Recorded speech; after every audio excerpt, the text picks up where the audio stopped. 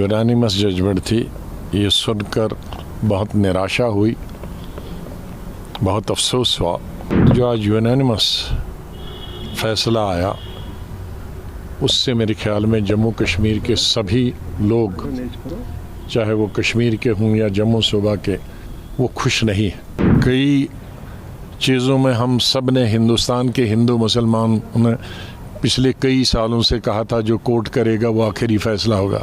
इसको ख़त्म करना 5 अगस्त 2019 को ही गलती थी।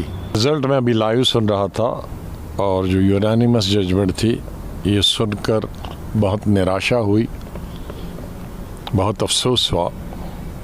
मैं शुरू से ही कह रहा था कि 2 अदारे हैं जो इसका फैसला कर सकता है, एक पार्लियामेंट, मरकज़ी सरकार, और दूसरा सुप्रीम कोर्ट। जाहिर है मरकज़ी सरकार करती नहीं, उन्होंने तो आर्टिकल 370 को ख़त्म किया, कानून बनाकर नया।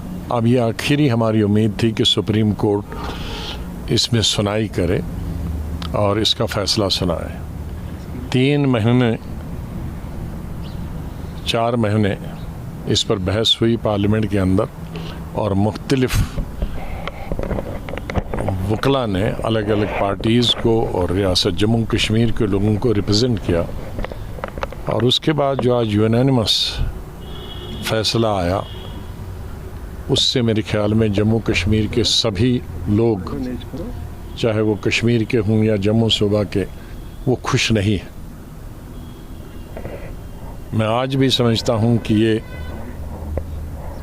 हमारी रीजन के लिए एक हिस्टोरिकल चीज़ थी। हमारे जज्बात जम्मू कश्मीर के लोगों से इससे जुड़े थे, चाहे वो 370 हो या 35A हो, जिस 35A को महाराजा हरि सिंह ने 1925, 1927 और 1928 में बनाया था कि बाहर वाला न नौकरी कर सकता, न बाहर वाला ज़मीन खरीद सकता।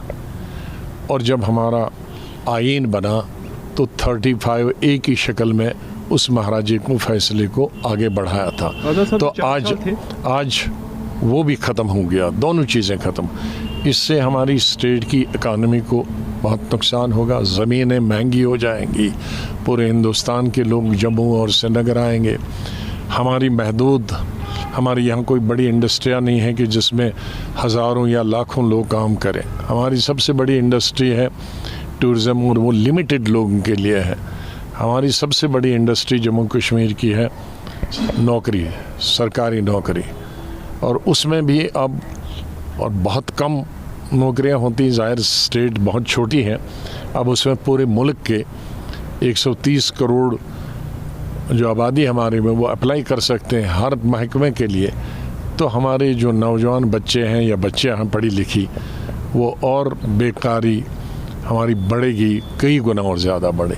तो ये तमाम चीज़ें जब रखी गई थी आर्टिकल 370 में, 35A में, 35A में, इन तमाम चीज़ों को नज़र में रखा गया था कि एक बॉर्डर स्टेट है, एक तरफ से चाइना है, दूसरी तरफ से पाकिस्तान है, और कोई यहाँ ज़रिया आमदनी नहीं है, कोई खदानें नहीं है, बड़े कोयले की खदानें या दूसरी खदानें। तो ये चीज़ें आर्टिकल 370, 35A रखना चाहिए ताकि इनको तमाम लाज़मात मिले। आज उन लाज़मात, अब उन लाज़मात से हम कहते हैं कि कोर्ट जाएंगे, हम कह सकते हैं आज के बाद जम्मू कश्मीर के लोगों का कोर्ट से भी अब भरोसा हट गया है। मैं ये तो नहीं कह सकता कोर्ट से भरोसा उठ गया, लेकिन ये था कि एक उम्मीद थी, क्योंकि कई चीज़ों में हम सब ने, हिंदुस्तान के हिंदू मुसलमान ने पिछले कई सालों से कहा था जो कोर्ट करेगा वो आखिरी फैसला होगा। जैसे बाबरी मस्जिद के बारे में कहा था, इसी तरह से और कई चीज़ों में कहा था और उसको स्वीकार किया था।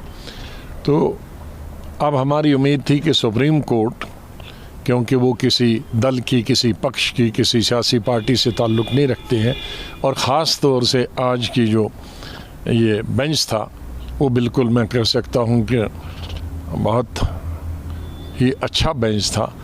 लेकिन अब उन्होंने कॉन्स्टिट्यूशन को इंटरप्रेट किया और कॉन्स्टिट्यूशन के हिसाब से उन्होंने कहा कि 370 है। लेकिन मैं बुनियादी तौर पे कहता हूँ कि इसको ख़त्म करना 5 अगस्त 2019 को ही गलती थी।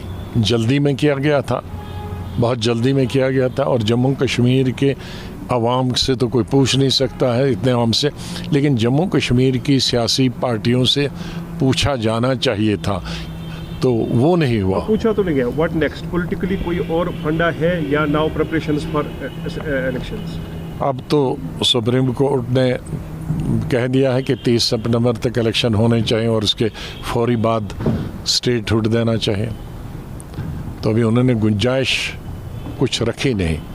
तो अब ये कह सकते हैं कि ये जो फैसला था कोर्ट का, अब अदालत के खिलाफ तो कुछ नहीं कह सकते, लेकिन उससे जम्मू कश्मीर के तमाम अवाम में, हमें, हमारी पार्टी को बहुत मायूसी और अफसोस है। स्टेटहुड पर आप नहीं? स्टेटहुड तो उन्होंने पहले ही पार्लियामेंट में कहा है, अब उसमें इलेक्शन का भी पहले ही कहा है, लेकिन इस सिलसिले में कम से कम जो सुप्रीम कोर्ट ने एक डेट तय कर दी कि भाई 30 सितंबर से पहले होना चाहिए और उसके फ़ौरन बाद स्टेटहुड होना चाहिए, वो चीज़ तो हमारे हक में है।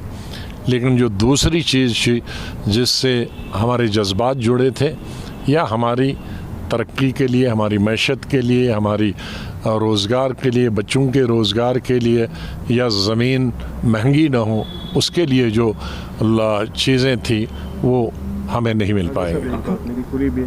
एक बात माननी पड़ेगी, बीजेपी जो कह रहा है डंके की चोट पे कह रहा है, दरपर्दा कुछ नहीं हो रहा। जो पहले दिन कहा था आज भी उसे पछता है। हाँ, ये उनका 70 साल से उनके एजेंडे में था आर्टिकल 370, लेकिन वो 370 के बाहर भी गए। स्टेटहुड ख़त्म करने का नहीं था, यूनिटी बनाने का नहीं था, ये चीज़ें वो जो उनके एजेंडा में 70 साल से नहीं था, उसके बाहर भी वो चले गए।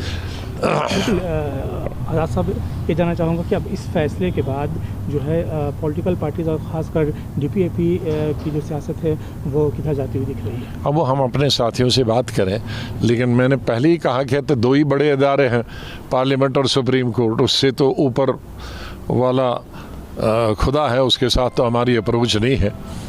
तो यहाँ जो जमहूरियत में जो सबसे स्ट्रॉन्ग पिलर्स हैं हमारी जमहूरियत के, वो है पार्लियामेंट और सुप्रीम कोर्ट। बदकिस्मती से हम दोनों में हार गए।